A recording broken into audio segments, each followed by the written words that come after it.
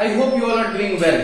Today we are going to start the new chapter. The name of the chapter is what? Light. So at first, let me tell you what is the definition of light. Okay. So to learn the definition of light, you can understand in this way. See, light is a form of energy, right? And if light is there, we can see, like you all are able to see what I am teaching now, because there is light in the room where I am recording this video.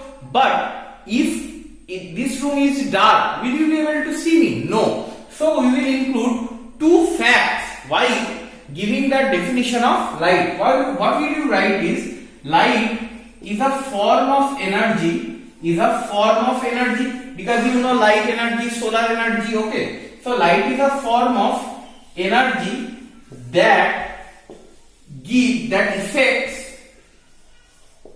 our eyes by giving the sensation of vision.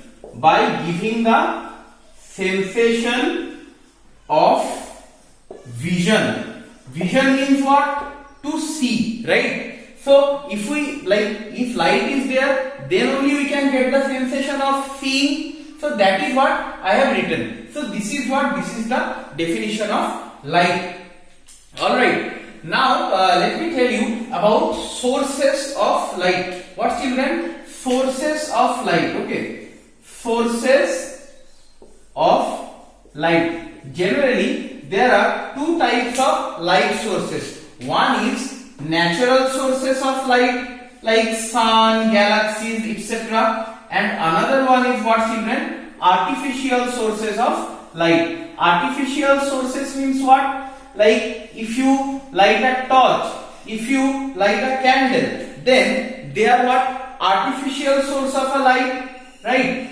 So examples I hope you all have noted down. Here you can write sun, galaxy, okay. These all are natural source of light, and artificial source is what? Bulb, torch, candle, etc. So I hope you understood the sources of light and what is light energy, right? Let's understand two more things here. Okay, one is that based on their capacity of giving light, we can classify the objects around us in two major categories. One is luminous bodies, and another one is what, children? Non-luminous bodies. Okay, non-luminous bodies or object.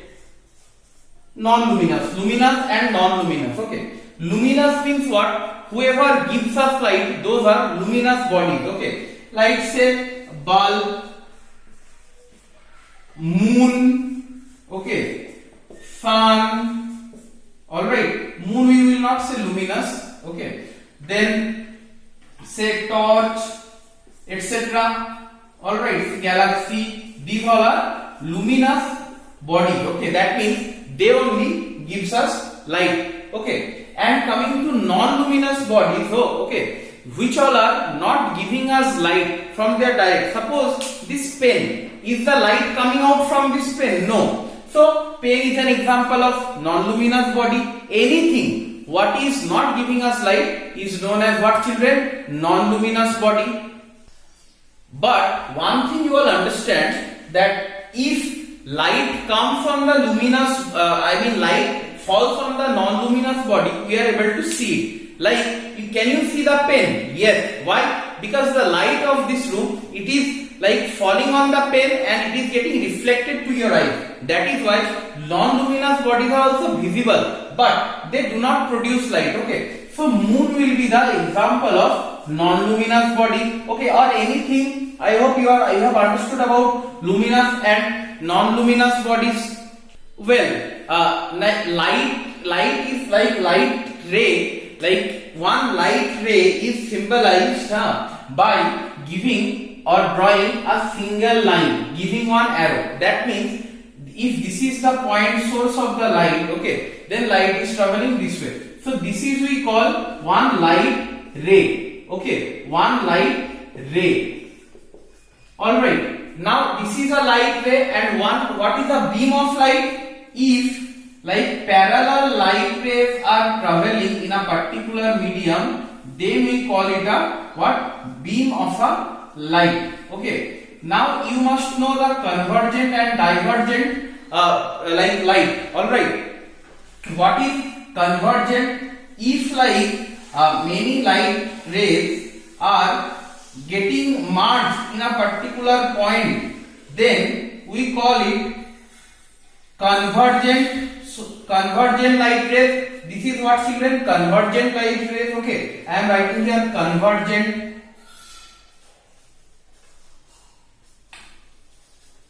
And see, all of them are meeting in a particular point. Now, all of them are meeting in a particular point. So, if many light rays are meeting in a particular point, we call that convergent light rays. Okay, but say you have a point light source here, and from this point light source, the light is being emitted in this way. Okay.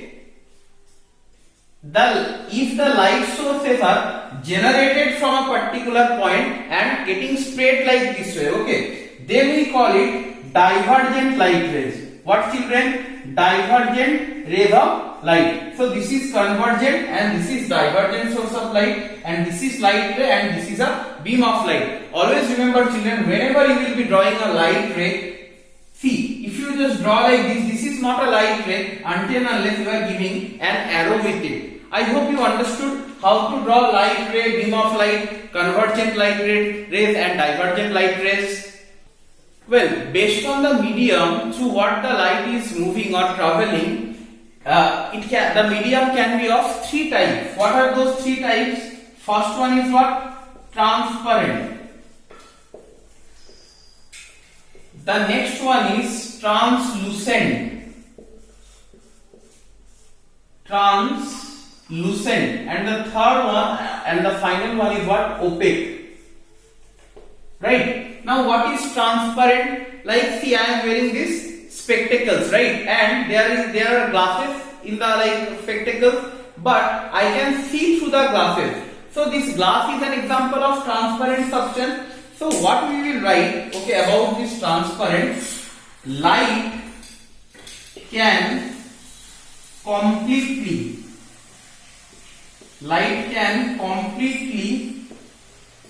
pass through it.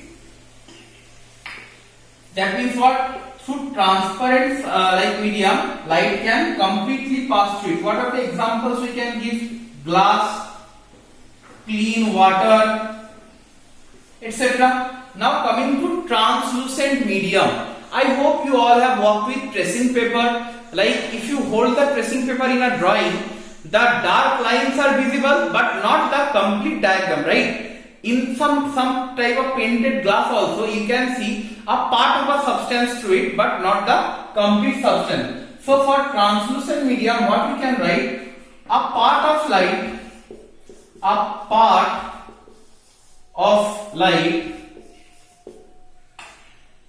can pass through it. A part of light can pass through it. The examples we can write, as I said, tracing paper,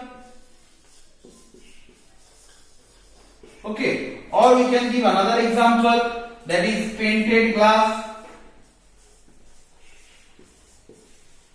So these are the example what? Translucent medium. So transparent medium, translucent medium, and now finally opaque medium.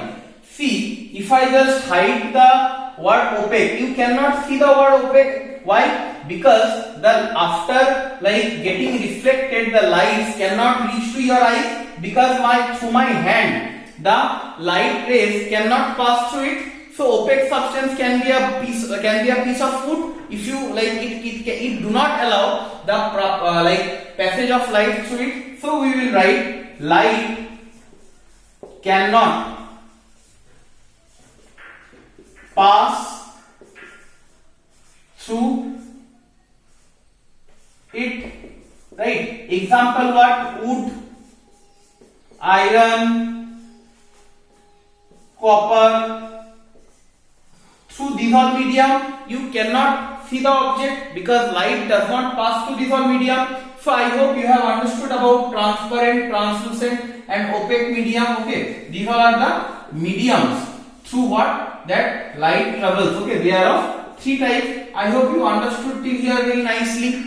So as like you all have understood that light can pass through various mediums, depending upon the density of the medium, the speed of light in various medium differs. Okay, what I am saying, suppose this is the medium air, alright, and somewhere there will be vacuum, okay, and somewhere there will be say water. So if light is traveling through these mediums, based on the density of the medium, the speed of light varies. Okay, so let me give you some data, some velocity or rather some speed of light. Okay, so I am writing here speed of light.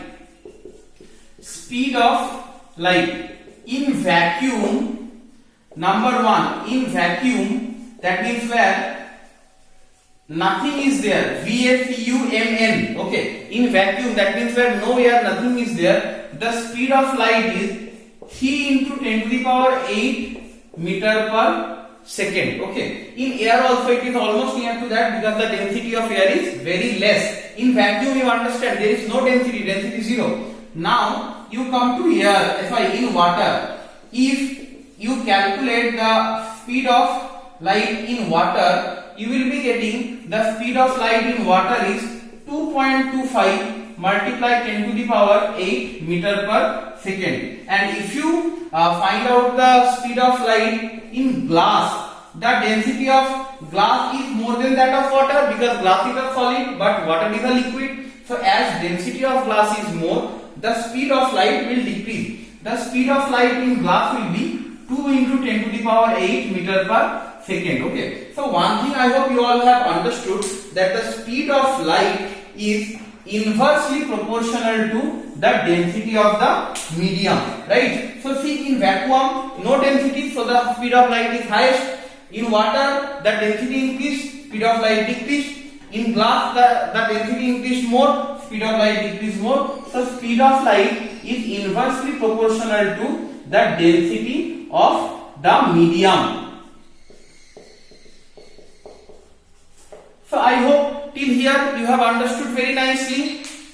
So as we are like discussing about the traveling of light rays or how light like travels, okay. So let me tell like more about this, okay, that how light travels. Okay, suppose you are blowing a torch from this side. Okay, suppose you are like lighting a torch in this way. So how do you find the light rays are coming? You have seen the light rays of a torch come in this way, right? The light rays of a torch, they come in this way, right? And as I said to you that you must give this arrow symbol with the lines. Suppose like from the sun also, like when in childhood you used to draw the sun, you used to draw in this way. Okay, so the light rays comes in this way, in this way, in this way, in this way. So whenever you think about the like traveling of light rays, please mark my word very nicely. Okay, rectilinear propagation of light. Okay, check the spelling also nicely. Rectilinear propagation. Rectilinear propagation of light. Now, what is the meaning of this term rectilinear propagation? Okay, rectilinear propagation. Now, linear means what? In a straight line. Propagation means what? Traveling or going. So, light traveling in a straight line. Rectilinear propagation, this is one property of light, rectilinear propagation of light, and by means of this property we try to say light always, okay, light ray always travel in a straight line. Travel in a straight line. Alright, you have like from your like experience also, you know, like I have talked about torch, sun. Suppose if you close the window of a house in a daylight, okay, I mean in a daytime, you will see the room is becoming dark. But if you just open the window, the light ray will be coming in a straight line. Okay, you can do a small activity to prove this thing. Alright, suppose you take a candle. Suppose you take a candle here. Okay. Suppose you take a candle. This is the now flame of the candle, and then you hold a straw. The straw you use to drink like juices and all, that straw will work, and you watch. You keep your eye here, so you will be able to see the flame, right? If you hold a straw like this in front of your eye to see the flame of a candle, you can easily see it. But if you somehow bend the straws can be easily bent, right? Suppose you just bend the straw in this way. You bend the straw in this way. In this case, if you just see through the straw, you won't be able to see the flame of the candle. But you may understand that light is coming, but you won't be able to see. Why aren't you being able to see the candle? Because light will not, right? Light travels in this way. So this is the propagation of light, but light will not be traveling in this way. So I hope you have understood nicely what is rectilinear propagation of light. Right? In your daily life also you can find numerous examples what actually can prove that light always travel in a straight line. Right, children? Well, now we will discuss a very important topic, a pinhole camera. Alright. And to tell you what is pinhole camera, I have to make a drawing. So see how this pinhole camera works. You make a box, like you all have seen cartoons of food items and all. Take any like cartoon and you make a cube shaped box. Okay, so if you make a cube shaped box will look like this.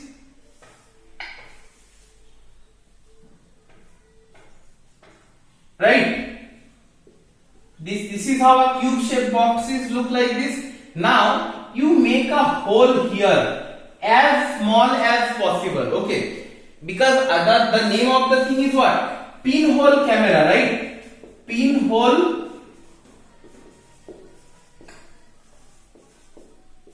camera. So, please understand what happens here. And say you place a flame of candle, or rather a candle in place of in front of this pinhole camera. So say this is a candle. Okay, and here the flame is there, right? So now what will happen? From this flame, the light and suppose you kept a screen. This is the opposite wall. This is the opposite wall of the pinhole. This is the pinhole, and this is the opposite wall of the pinhole. Now you think in the opposite wall of the pinhole you have kept a screen to obtain what? To obtain the image. Okay. So now see what happens. From this flame, light rays will be traveling in this way, and this will be continued till there. So I am drawing in another ring so that you will understand better. Say from here it is coming and it is going till there on the wall. Okay, and another ray will be coming from the top part of the candle. Alright, and it will also continue to reach till where? Reach till here, right? So here you will get an image of the flame, but see the top part has gone down and the down part has got into the top. That is why you must give the arrow sign to understand, right? So here how the flame will look? The flame will look inverted. Okay, see if the flame is this way, so here the flame will look inverted. Okay, why this thing is happening? Please understand. The ray of light from the top part, it is going where? Down. The ray of light from the bottom part is going up. So you have got an inverted image, right? This is an inverted image. Okay, the image that will be obtained, that is inverted image, because the image is upside down. So I hope you understood how this pinhole camera like works, okay, and how this image is being obtained. Okay, so now let's do a little bit of geometry with this. All right, say here you had the flame of the candle, okay, and here you are getting the image of the candle, the image of the flame of the candle. This is the original one, this is original, and this is what, children? This is the image. All right, and the light rays have gone in this way, right? From here it came here, and from here it went there, right? In this way. So now let's understand the size of the image. This size of the image, this depends upon what factor? Okay, size of the image depends upon size of the image depends on, see, like from basic geometry, you are probably understanding the far it will go, the bigger it will get. If you extend the light rays, if you just extend the light rays in this way, suppose you are taking it, say here, you are taking the light ray here, and you are taking the light ray here. The screen is a little far. Then what? Then the image will be bigger, right? Then the image is becoming bigger, and if you bring it closer, the image will become smaller. Similarly, if you take this image far, the image will be bigger, okay? And moreover, so it is depending upon this distance also, right? The distance also. So on what things the size of the image is depending? Let's write and let's remember. Okay, number one, the distance from the pinhole to the like object, the distance of the object from the pinhole, the distance of the object from the pinhole. Another is what? If the screen is far, then the image will be bigger. So I will write the distance of the screen, the distance of the screen from the pinhole, right? There will be another factor, please note it down nicely. Think, it is a very bigger image, okay? It is a very bigger object. Then the image will also be bigger because it will be formed like this way and this way, so the image will also be bigger. So the third point is the size of the object, the size of the object. So these are the three factors on which the size of the image depends. The size of the image depends on first one is this, second one is this, and third one is this. So I hope you have understood till here and you understood on what factors the size of the image depends. Thank you, children.